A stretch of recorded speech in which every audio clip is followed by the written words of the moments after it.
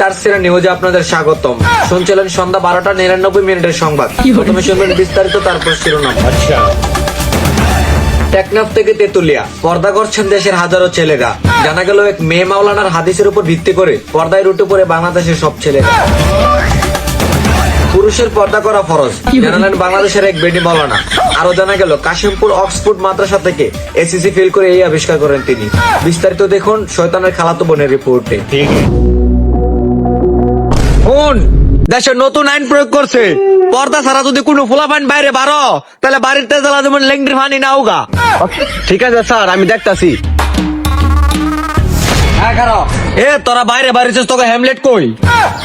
আরে উস্তাদ, হ্যাবলেট না, এটা বুরকা। বুরকা? তোর বুরকা কই? পর্দা করস না কেরে? স্যার আপনি কি গাঞ্জায় খাইছেন? আমরা পুরুষ মানুষ, আমরা কেন পর্দা করবো? পর্দা তো করবো মহিলারা। এ আরে খবরটা জানাছে? এবারে তুই স্যারের মোর কথা কস, তুই কি জানোস না এক বেটি মালনে দেশে পুরুষকে পর্দা করে ফরজ করে দিছে?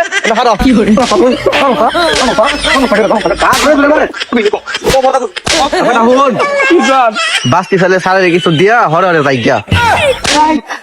স্যার ধরেন। এলাকার জীবন না দি রে, কামাই টামাই কিছু হয়েছে নাকি? সবাই আপনার থেকে শিক্ষা। কিরে পুলিশ কি পর্দা না করে লাগে এমনি বাড়িতে আছে? আমার দবার যাওয়ান লাগবো বাজারও, যাই বাইতে বুরকাটা কিন দিয়ে যাই।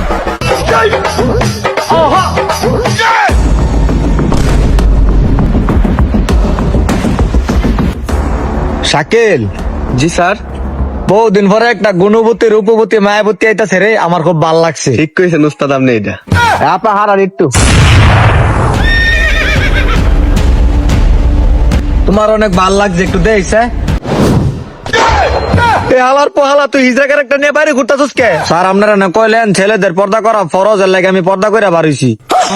তুই দেখবে ভাড়াই দিলি রে, উস্তাদের পাগল বানাইছ। লন উস্তাদ জায়গা। তো দর্শক, এতক্ষণ দেখছিলেন উগান্ডা টিভির শিরোনাম। বিস্তারিত দেখবেন কাল বৈশাখী ঝড়ের রাতে। ধন্যবাদ।